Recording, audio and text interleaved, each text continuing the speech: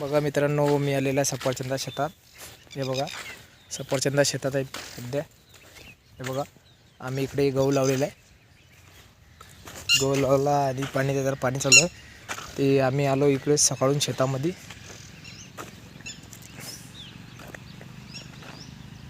मस्तपैकी गहू लावलेला आहे आम्ही.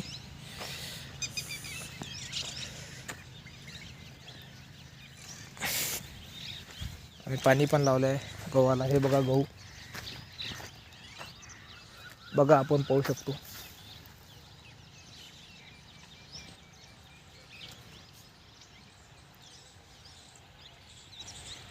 गहू लावलेला आहे आणि आमचं पाणी चालू आहे गव्हाला. पाहू शकता मित्रांनो आपण.